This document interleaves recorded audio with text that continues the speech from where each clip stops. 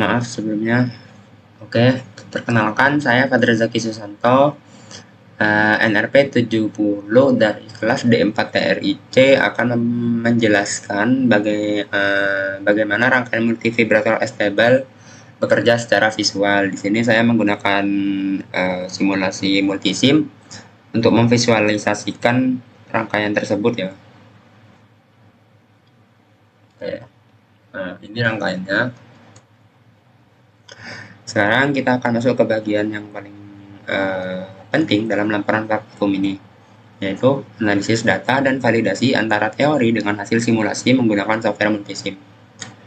Oke, pertama saya akan menjelaskan parameter komponen dan simulasi. Dalam percobaan pertama ini, kita merancang rangkaian stable menggunakan IC 555. Berdasarkan skema yang kita buat di multisim atau rangkaian di multisim, frekuensi output sangat bergantung pada 3 komponen utama, yaitu resistor R1 sebesar 4,7 kilo ohm, resistor R2 sebesar 10 kilo ohm, dan kapasitor timing C2 sebesar 560 picofarad. Nilai-nilai inilah yang menentukan seberapa cepat kapasitor mengisi dan mengosongkan muatan yang akhirnya membentuk durasi kondisi high dan low pada sinyal output. Oke, selanjutnya saya akan menjelaskan penjelasan tentang perhitungan teori.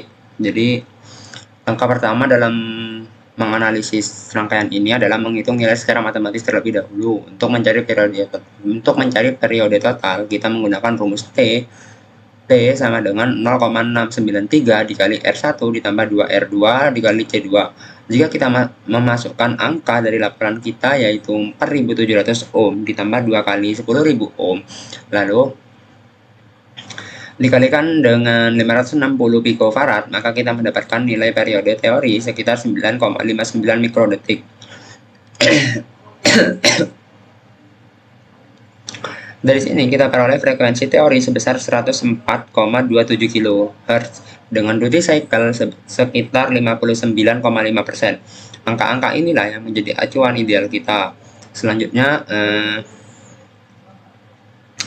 kita bandingkan hasil angka tersebut dengan hasil pengukuran nyata pada instrumen oscilloscope XC1 di multisim. Di layar simulasi, kita membentuk gelombang yang dihasilkan dengan mengukur langsung parameter waktunya. Berdasarkan pengukuran, kita mendapatkan selisih waktu atau T2 dikurangi T1 sebesar 5,966 ml. Di sini ya. Ini oscilloscope-nya. Dan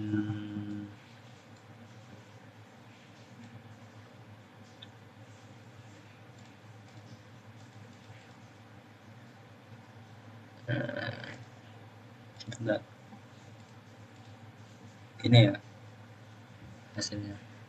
Nah, bisa dilihat di sini nilai T2 dikurangi T1 adalah negatif 5,968. Jadi hanya selisih 0,02 ya ketika sebelum video ini dibuat. Karena ketika waktu itu mengerjakan di lab nilainya itu 5,966 bukan 968. Dan kenapa negatif? Karena nilai T2-nya lebih tinggi daripada T1-nya. Makanya negatif. Namun tidak perlu khawatir karena di sini akan nilai mutlak. Jadi apapun yang ada di dalam nilai mutlak tersebut akan menjadi positif seperti itu. Oke, di multisimnya kan mendapatkan angka 5,968 ya, sedangkan di perhitungan secara teori tadi mendapatkan angka 9,59 ya. Ini 5,968, saya akan lihatkan di laporannya ya. Nah, ini di perhitungan saya didapatkan hasil akhir itu di 9,59 mikrodetik.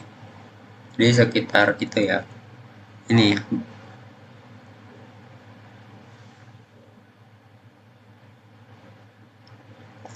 yang untuk mencari duty cycle di sini kan 5,71 mikro apa ini? mikrodetik dikali 100% dibagi jumlah periode. Jumlah periodenya di sini sekitar 9,59 mikrodetik. Nah, itu perhitungan secara teori, sedangkan tadi di perhitungan osiloskopnya didapatkan 5,968 ya. Oh ya, 5,968. Ya, benar ternyata di osiloskop. Nah, ya. Nah, kenapa bisa terjadi perbedaan? Di sini saya melakukan perhitungan persentase error dengan membandingkan selisih nilai teori dan nilai pengukuran, lalu dibagi dengan nilai teori. Kita dapat melihat sejauh mana tingkat akurasi simulasi kita. Dalam praktikum ini, munculnya error bisa dipengaruhi oleh beberapa hal teknis, seperti cara kita meletakkan kursor pada osiloskop, multisim yang mungkin kurang presisi, atau pembulatan angka dalam rumus desimal yang kita gunakan. Namun, secara keseluruhan, bentuk gelombang yang dihasilkan tetap konsisten berbentuk sinyal kotak sesuai prinsip stable. Ini ya nilai sinyal kotaknya.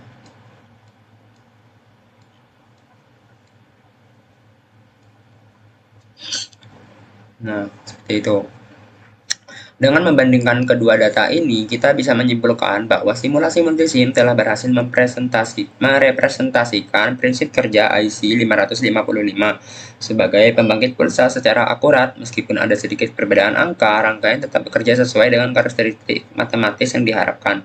Demikian penjelasan mengenai analisis data pada percobaan satu ini. Kurang lebihnya mohon maaf, dan mohon maaf juga jika suaranya kurang jelas karena kondisi saya yang sedang flu. Ya, sekian dari saya. Assalamualaikum warahmatullahi wabarakatuh. Assalamualaikum warahmatullahi wabarakatuh. Sebelumnya, perkenalkan, nama saya Afrizal Bayhaqi dengan NRP 2425600062 dari kelas 1 TRIC. Pada video kali ini, kita akan mendemonstrasikan rangkaian percobaan 2. Rangkaian yang digunakan di sini terdiri dari beberapa komponen utama, yaitu IC 555, resistor sebesar 20 kilo ohm, 20 ohm, resistor sebesar 0,022 mikrofarad dan kapasitor sebesar 0,01 mikrofarad.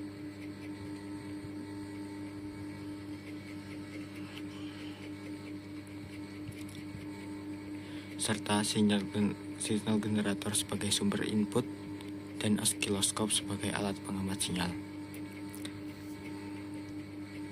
IC 555 pada rangkaian ini dikonfigurasi sebagai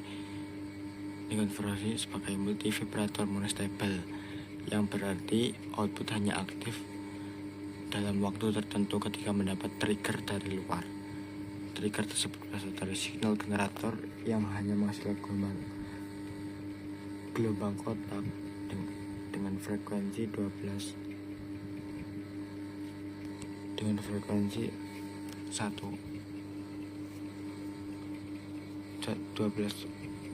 Hz.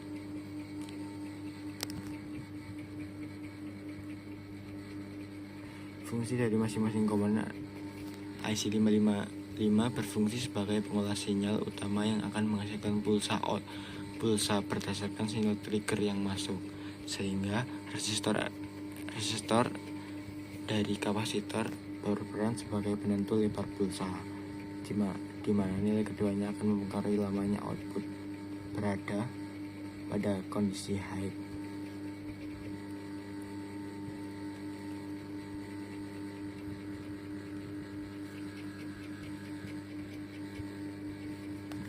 Kapasitor C2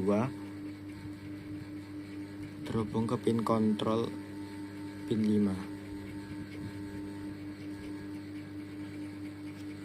Berfungsi sebagai penstabil tegangan referensi internal agar sinyal output lebih stabil. Sinyal generator digunakan untuk memberikan sinyal input berupa gelombang kotak. Sedangkan oscilloscope digunakan untuk mengawasi bentuk sinyal input. Mari kita coba lihat pada oscilloscope-nya. Di sini satu periodik dalam oscilloscope adalah 8360 mikrosecond.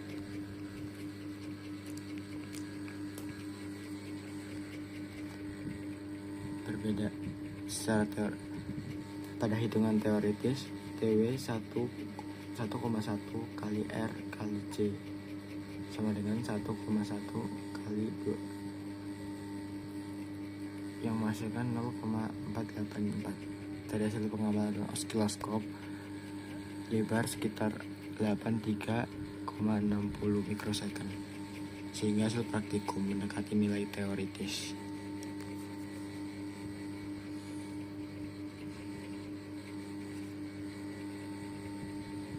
Frekuensi sinyal input untuk baca sekitar 11,19.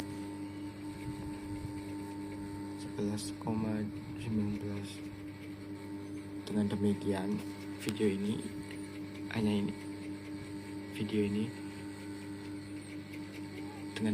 dapat disimpulkan. Dengan demikian video ini yang bisa saya sampaikan. Kurang lebihnya mohon maaf. Assalamualaikum warahmatullahi wabarakatuh. Halo semuanya, perkenalkan saya Muhammad Khairul Anam dari kelompok 6 Elektronika Digital 2. Pada video kali ini saya akan menjelaskan tentang rangkaian digital clock oscillator. Di sini terdapat dua rangkaian dengan yang terlihat sama, tetapi terdapat sedikit perbedaan, yaitu yang pada rangkaian pertama, di sini rangkaian yang bawah. Pada rangkaian ini kita punya dua inverter dari 74RS04D yang dimana bernama U2A dan U2B. Selanjutnya di sini terdapat komponen kristal X2 yang bernilai 5 MHz. Di sini untuk menentukan frekuensi osilasi. Lalu di sini ada osilator. Di sini ada sebuah kapasitor yang bernilai 1000 PF. Lalu bagian atasnya terdapat dua resistor yang bernilai 1 kilo ohm.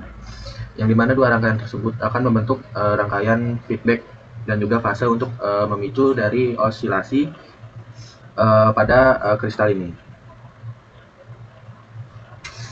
Lalu ini untuk resistornya berfungsi untuk membatasi arus dan juga mencegah bila ada frekuensi atau beban yang berlebih. Lalu ini di sini untuk A2B berfungsi sebagai buffer, jadi sinyal 5 MHz-nya yang keluar lebih stabil. Selanjutnya di sini saya akan memulai simulasinya. Di sini muncul dari rangkaian dari tampilan osilasinya, dari tampilan osiloskopnya. Yang di sini bila kita tarik T2, bila kita tarik T2-nya di kondisi high, maka dia bernilai 5 volt. Selanjutnya untuk T2 bila kita tarik ke kondisi low, maka dia bernilai 0 atau low, 0 volt.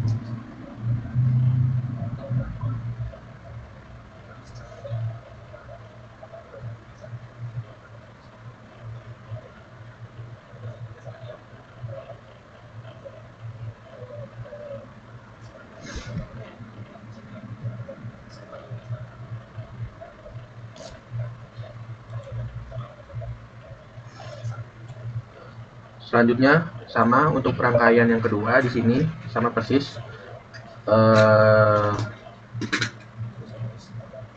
komponennya, tetapi saya ganti untuk kapasitor dan juga kristalnya.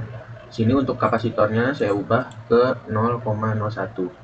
Lalu kristalnya di sini saya naikkan menjadi 11 MHz. Kemudian saya cek pada bagian osiloskopnya, di sini tampilannya sama seperti rangkaian sebelumnya. Di sini untuk low-nya sama, 0 volt atau low, dan untuk high-nya di sini adalah 5 volt. Ini untuk 5 volt. Nah, untuk frekuensinya dia berbentuk sinyal digital, yaitu 0101. Dalam sini gambarnya adalah peta-peta. Baik, segitu saja penjelasan dari saya pada rangkaian digital clock osilator ini. Mohon maaf bila ada penjelasan yang kurang jelas. Saya akhiri. Wassalamualaikum warahmatullahi wabarakatuh.